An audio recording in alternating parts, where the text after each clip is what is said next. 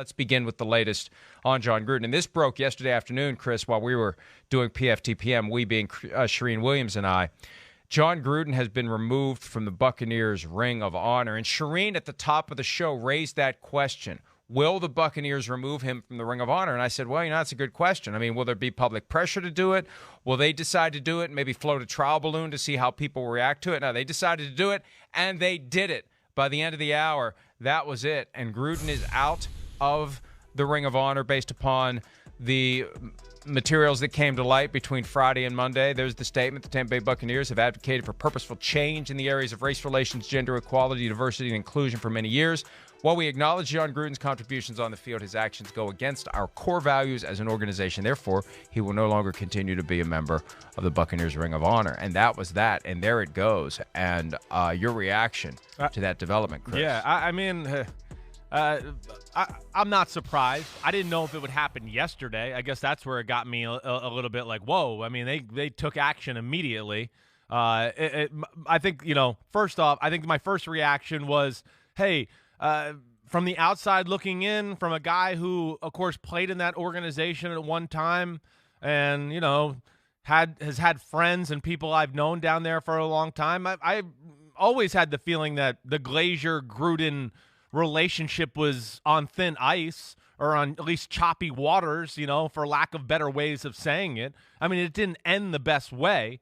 Anybody who's been around the NFL as far as when Jon Gruden was coaching the Tampa Bay Buccaneers, it was an ugly parting of ways there where I do think there was a disagreement about philosophy of how the team was being run, how Jon Gruden was treating people to a degree, and from everything I know, it was a little bit like Gruden was like, how dare you, ask me these questions and want to know and tell me how to run the football team. Well, how dare you? You're the owners of the team. They're allowed to do that. So, from that aspect, I always wondered how the relationship was now in 2018, 2019, 2020 now, especially when he got into the Ring of Honor. The Glaziers, in my experience, are a phenomenal family who do care about people.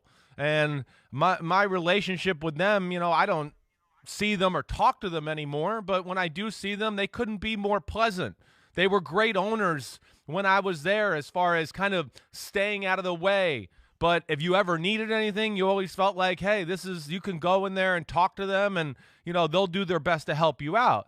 Of course they don't stand for these core values. And I think this was just, something that they couldn't live with. The fact that you were going to see his name around that stadium after those comments and the emails and the weekend and everything like that they had to do it. They took action right away. And I guess that's where I was a little surprised that it happened so quickly.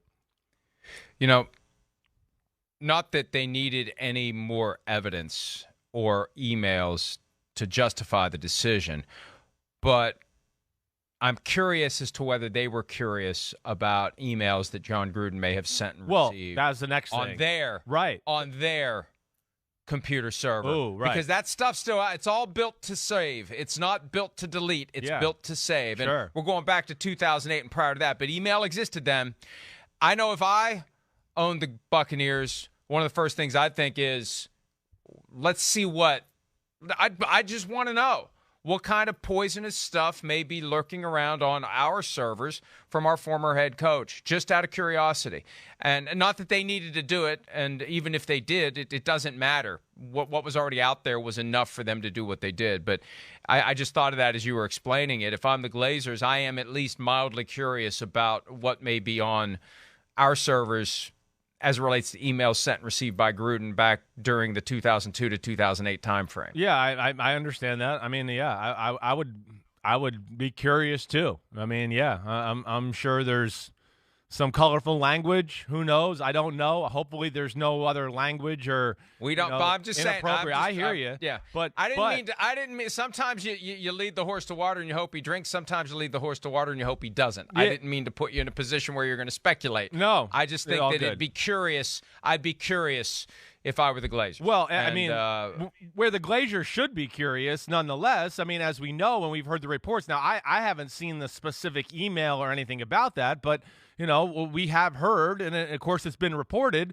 that some of the emails that, of course, are derogatory and mean and bad things said about people, the Glazers are one of those group of people that, were caught in the crossfire here between Jon Gruden and Bruce Allen. I don't know exactly what was said, but that certainly didn't help Jon Gruden's case of keeping him in the Ring of Honor. Wait, you're going to say all these, distasteful things on email, of course, offensive, mean things like that, and then you're going to hear, oh, well, wait, he also said something about us? And of course, they're an owner of the football team. Maybe they know exactly what was said about them in the email. But I think that's like the little push over the edge where you just go, wait, I mean, man, was that bad and everything there? But at the same time, now he's obviously taking some personal shots at us, and that probably made the decision even easier to make and just clean, cut, and dry, and that's that. And I think that from a broader perspective, as it relates to the various NFL teams, the league office, and anyone else out there who is in business of any kind, we see these disclaimers get added to the bottoms of emails all the time, and we just typically ignore them. And I've been paying more attention to them, and I saw one yesterday. I'm not going to mention the company, but at the very bottom of the email, this may contain confidential material. If you're not an intended recipient, please notify the sender, delete immediately, and understand that no disclosure or reliance on the information herein is permitted. The company may monitor email to and from our network. I mean, these companies reserve the right. There's a question of privacy. How much privacy should there be? Typically, when you are sending and receiving email on your company's server with your company account, there is no expectation of privacy. No, they own it. Anything you say is fair game. They own it. They can monitor it. They can look at it. There's an Office episode on it where Michael Scott exercises his prerogative to monitor email, and he finds out he hasn't been invited to a barbecue at Jim's house, and he's very upset about it, and he goes anyway. But you can watch it on Peacock when you're done watching us. But that's something that I think, and that's really when something like this occurs, you can take a step back if you're a manager, if you own a company, if you're an employee, and just remember some of these things, because I wonder how many of those disclaimers were at the bottom of emails sent and received by Bruce Allen, and whether anybody ever paid any attention to them. Yeah, no, I know. I mean, of course, that's where I just can't believe it. For as brilliant as Jon Gruden is in so many ways, and again, he's one of the smarter human beings I've been around, quick as hell, as far as, just if you said something funny or snarky. But I just can't get over that he would send this type of stuff across, company emails to an NFL employee. That's where I'm still shocked by the whole thing.